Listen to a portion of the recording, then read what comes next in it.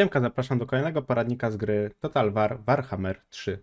Tym razem porozmawiamy trochę o miastach, co warto budować, co tak średnio się opłaca budować i o pełnym rozwoju, kontroli, dochodach. No w miarę o wszystkim najważniejszym. Zaczniemy sobie najpierw od tej ramki, czyli jak wejdziemy sobie na miasto, pojawia nam się ta ramka. Mamy coś takiego jak rozwój. Tu jest aktualna nadwyżka ludności prowincji, czyli do niektórych budynków, jeśli mamy na przykład wyższy tier budynka, tutaj patrzymy koszt nadwyżki 2, 4, 5. Ten koszt nadwyżki najbardziej nas interesuje przy budowaniu wyższych tierów. Zaraz porozmawiamy o pełnym rozwoju, ale to za chwilę. Kolejną rzeczą jest to dochód. To jest dochód całej jakby prowincji. Na prowincję składa się stolica plus osada. Tutaj jest w tym wypadku tylko jedna osada na prowincję. Posiadamy też na przykład tutaj, gdzie to było? Tutaj mamy na przykład dwie osady, też chyba maksymalnie mogą być 3 osady na prowincję, czyli wtedy jest razem 4 tego wszystkiego. Wróćmy do tego okienka. Jeśli mamy zaznaczone zbieranie dochodu, to nasza kontrola na przykład jest mniejsza. Jeśli sobie odznaczymy to, nie ma wtedy podatku, no i kontrola się automatycznie zwiększa. Ta mechanika jest dosyć dobra, gdy przejmujemy jakieś podstawowe wioski, na których za bardzo nie mamy dochodu, a chcemy sobie podnieść kontrolę. Co daje kontrola? Kontrola daje bardzo dużo. Po pierwsze, najważniejszą rzeczą, jeśli dojdziemy do kontroli minus 100, no to automatycznie wywoła się bunt w prowincji, więc pojawi się randomowa armia, która będzie chciała podbić twoją ziemię i automatycznie masz z nią wojnę.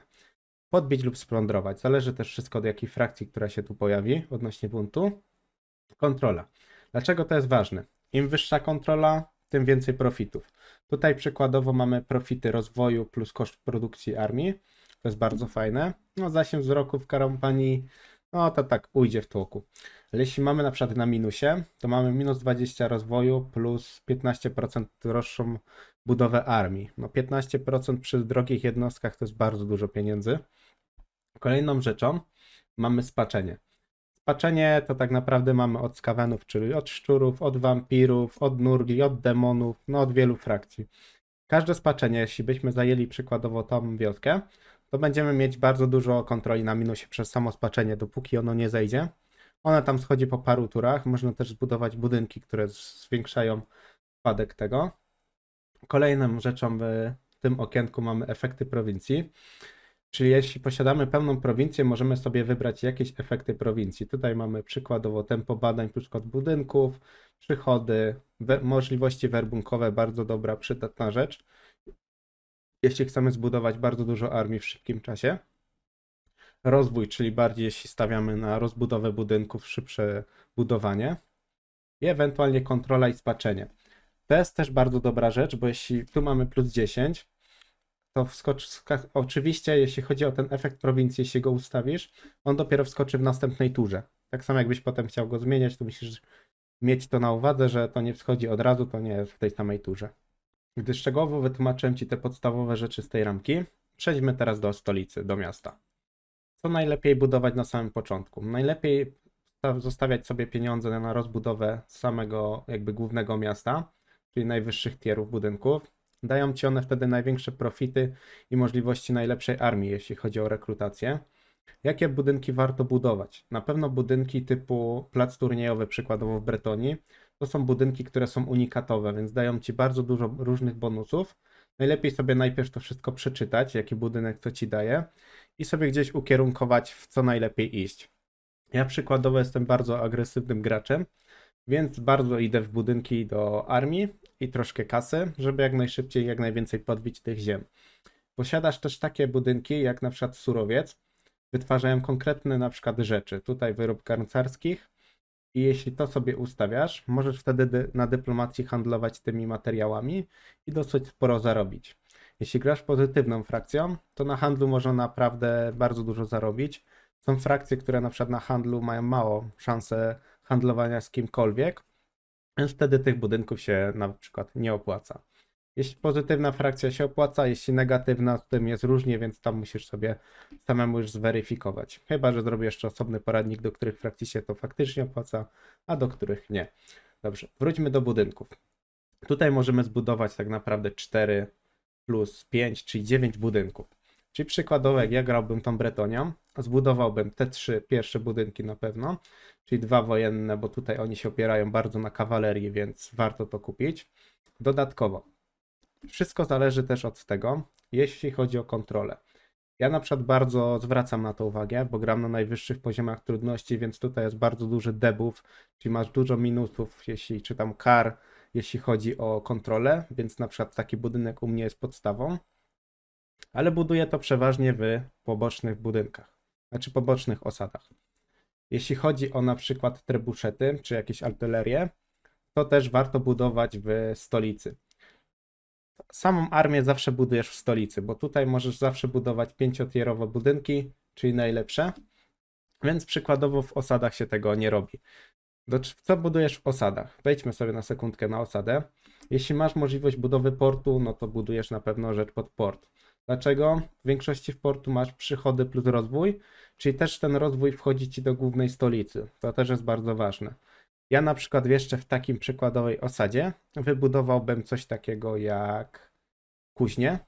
To też mogłoby być dobre, choć tutaj ci powiem dlaczego dobre, a dlaczego nie. Tutaj dostajesz tylko możliwości werbunkowe lokalne, czyli dupa. Czyli tego przykładowo już jednak nie zbudowałbym tutaj. Zbudowałbym na pewno coś, co daje ci przychód i ewentualnie jakąś kontrolę. Czyli tutaj jak mamy na przykład oberże, na przykład rzeczy z tempo uzupełnienia strat jest bardzo mała szansa budowania w głównych gdzieś tam miejscach swojego królestwa, bo rzadko tam toczysz walkę. Walkę przeważnie próbujesz toczyć trochę dalej. Dobrze, wróćmy do stolicy. Czyli tak, już wiemy, że zbudowalibyśmy te 3 podstawowe budynki, plus przykładowo coś do artylerii. I przykładowo, co tu możemy zbudować? Zawsze patrzysz, co jest na najwyższych tierach, jakie jednostki, i wtedy sobie zadajesz takie pytanie, w co ty chcesz iść? Czy chcesz iść w potwory, czy w konnice, czy w artylerię? I wtedy też tam 3-4 budynki z tego już na pewno będziesz budował, więc zostanie ci przykładowo 5 budynków do kasy, ewentualnie do jakiejś kontroli, rozwoju, czegokolwiek. Czego się nie opłaca budować moim zdaniem? Moim zdaniem nie opłaca się budować żadnych garnizonów. Grałem tyle kampanii, mam 250 godzin tymczasowo na grze. Nigdy nie budowałem tak naprawdę murów, czyli tego podstawowego do obrony. Dlaczego? Nigdy nie zdarzyło mi się, że ktoś mi wjechał w środek królestwa i na przykład zaczął coś plądrować. Więc z tego moim zdaniem się nie opłaca budować. Ja bym zbudował przykładowo na przykład pole, czy tam przemysł, bo tutaj będziesz miał z tego duży dochód. Dodatkowo rzeczy przykładowo, tutaj bonusy Bretonia ma na przykład przychody z przemysłu lub wiatraki przychody z farm. Więc to są bardzo fajne rzeczy. Plus lokalne możliwości werbunkowe. W stolicy przeważnie robi się armię, więc wtedy patrzymy też pod budynki, które mają na przykład lokalne możliwości werbunkowe. Jeśli chodzi o kuźnię, tak samo chyba ma Imperium też. Ogólnie w każdym gdzieś tam pozytywnej frakcji jest coś takiego jak kuźnia. Ona daje lokalne możliwości werbunkowe plus 1, to jest sporo. Plus dodatkowo limit globalny. Jeśli toczysz gdzieś walki na dalekim froncie, czyli nie wiem, całkiem z drugiej strony mapy, to limit globalnego werbunku jest bardzo ważny. Ale jeśli chodzi o werbunek, o armię, poruszymy to w osobnym kolejnym filmiku. Zwróćmy do budynków. Czyli budujemy tak naprawdę 3 budynki, 4 do armii, dodatkowo z 1-2 do możliwości werbunkowych, jeśli takie oczywiście są. I resztę zostawiamy już na kontrolę i na zarabianie. To jest moim zdaniem najlepsza opcja, żeby tak sobie rozdzielić te budynki. Podsumowując, budujemy w stolicy najwyższy próg, jeśli chodzi o budynek stolicy. Potem budujemy przykładowo rzeczy do jednostek. Zostawiamy na to 3-4 sloty. Tylko najlepiej sobie sprawdzić i ukierunkować, co będziemy budować za armię. Dodatkowo budujemy surowce, jeśli będziemy nimi handlować, bo to jest dosyć dobry zarobek. Jeden budynek do kontroli zawsze jest przydatny, ale w pobocznej osadzie, na pewno nie w stolicy. Budujemy kuźnie, do których nam zwiększają możliwości werbunkowe zwykłe, lokalne i globalne. Dodatkowo budujemy przemysł pod kasę, żeby jak najwięcej kasy też wyciągnąć z danej prowincji i stolicy. Dodatkowo możemy zbudować rzeczy, które zwiększają nam przychód w całej stolicy, czy tam lokalnym regionie. Lokalny region to jest tak naprawdę stolica plus poboczne osady. Tu jest coś takiego, przychody z przemysłu, przychody z rolnictwa, ale to będzie też normalnie jako przychody, więc dosyć ważna kwestia.